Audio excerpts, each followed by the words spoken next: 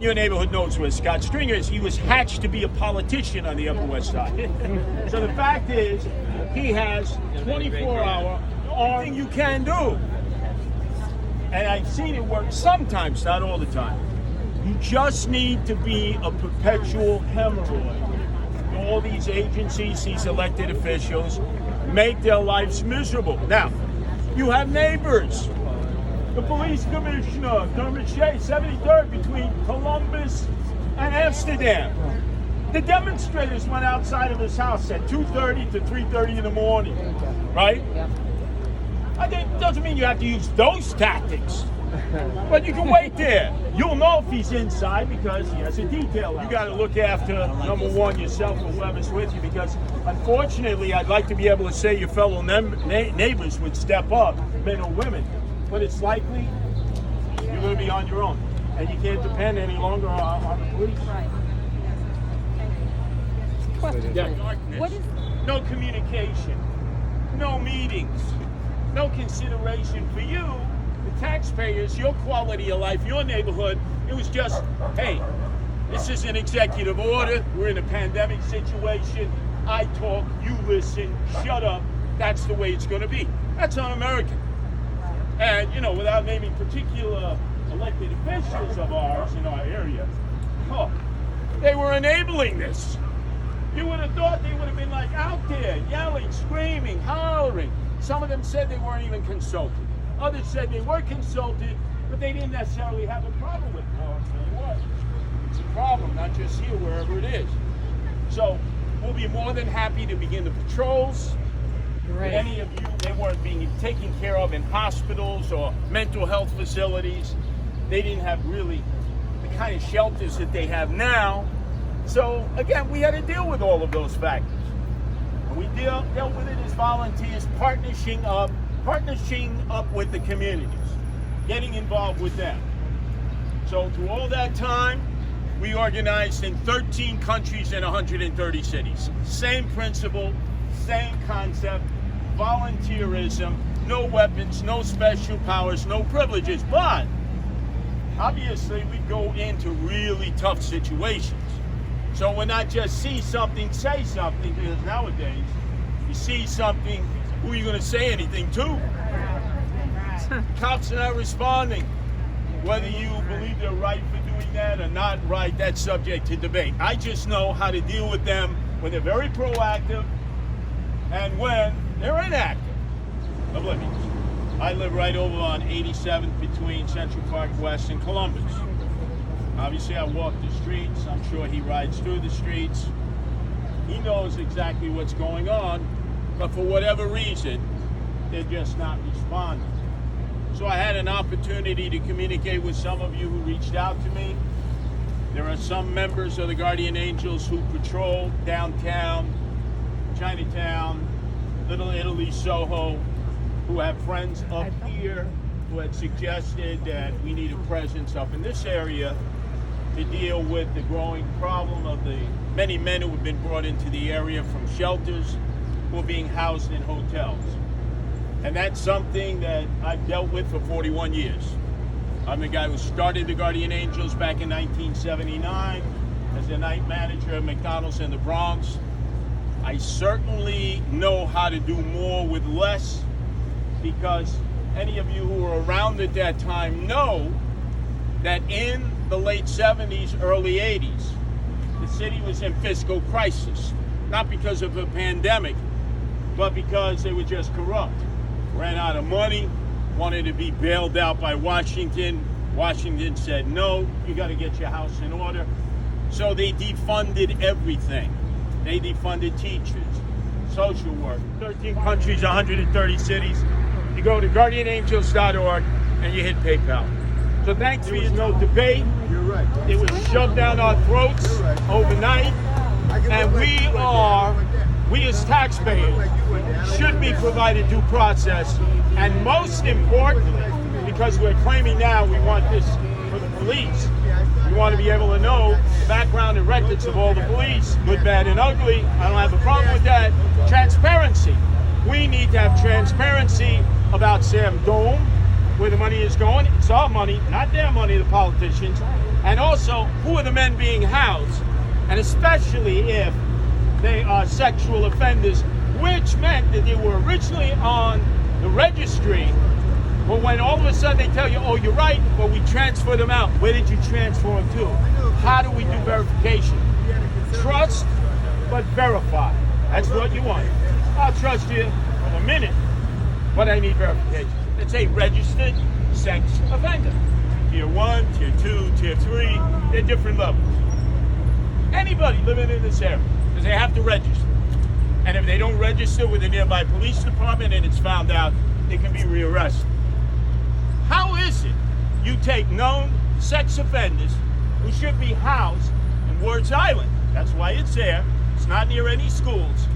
And under the cover of darkness, you put them in the hotels you have converted overnight to warehousing for homeless people, those who are emotionally disturbed, those who have drug addiction problems, those who have alcohol problems, and some who are sexual offenders, who have assaulted adults and have assaulted children.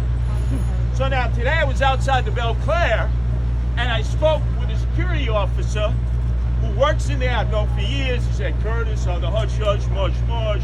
I don't want to be seen with you. You're toxic. You know, I got bills to pay. I got child support. Well, let's meet at 72nd off of Broadway near the entrance to the 1 train, and I'll give you the scoop. Now the Department of Homeless Services says that whatever sex offenders were housed in the Lucerne or the Belle Claire have been transferred out. So the clients themselves, that means the men who are housed there, they know who the sex offenders are. Because remember, they all came from the same facilities, from the Lower East Side. It's not like they were all commingled, you know, some from Queens, some from the Bronx, some from Brooklyn. So the fact is they know who the sex offenders are. The security officers know. And the Department of Homeless Services has a responsibility through transparency to let you know. But they know this violates their own rules. And in fact, now they act like, oh no, we transferred them. Okay, well, where did you transfer them to? None of your BIB business. Well, yes, it is our business, because if they're going to be residents of this community, people need to know if they are on the sexual assault registry, right? Everybody wants transparency. I want to know who the bad cops are. I want to know their background and records. But I also want to know if sex offenders are living in the neighborhood. Doesn't mean I'm going to stand outside with a pitchfork. Doesn't mean I'm going to violate them. But hey, we have a right to know, especially if you have children. And it's going to be the start of a school. We're not necessarily sure how that's going to go, but we certainly know there are plenty of schools in the area. So strike 3 on the Department of Homeless Services. So now what are you going to do in the interim as they do this mumbo-jumbo routine? Well, I'm sure some of you who have legal acumen are going to fight it in court. Good. Might knock yourself out because the courts are not really in session like they typically are. They video conference, but I would highly suggest that. I think per capita, per person up in this neck of the woods, you got a lot of people who are lawyers.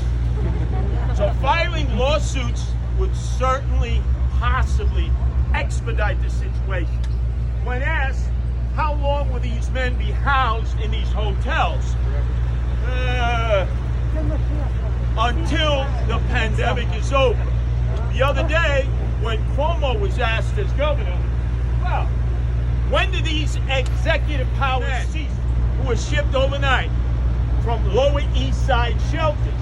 Under the theory that coronavirus spreads in the shelters because there is no separation, bunks are usually 3 feet apart.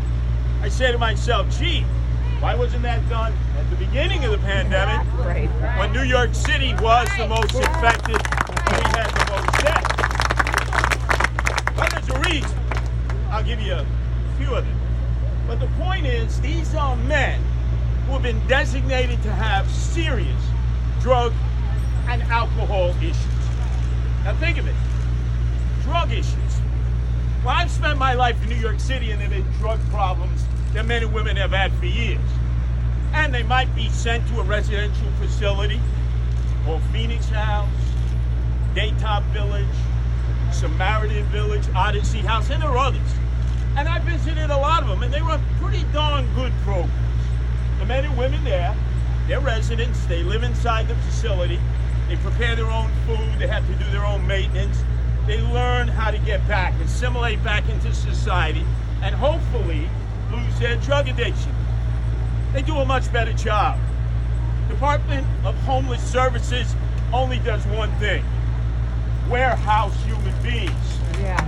There is no therapy, there are no services, there is no outreach. And think of it, just from a monetary point of view, the cost. Let's look at the Belle Claire.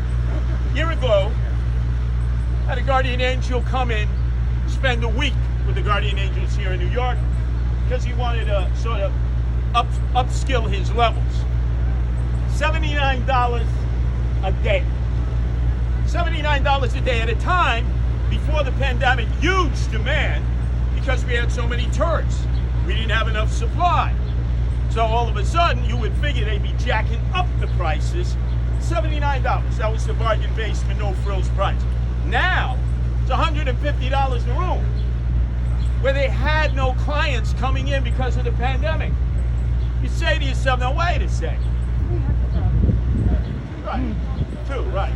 You say to yourself, how is it we the taxpayers get jacked up like that when in fact they weren't even able to rent out the rooms on a daily or a weekly basis because of coronavirus? Now you gotta follow the money. And when it comes, yeah. But wait a second. There are certain rules and regulations that still have to be followed.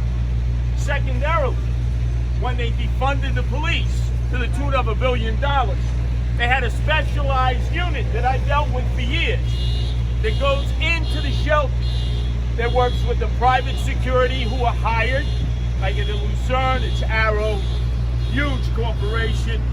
They also have Department of Homeless Service police. They don't have the powers of the NYPD, but they're able to actually physically engage the clients. The private security are not.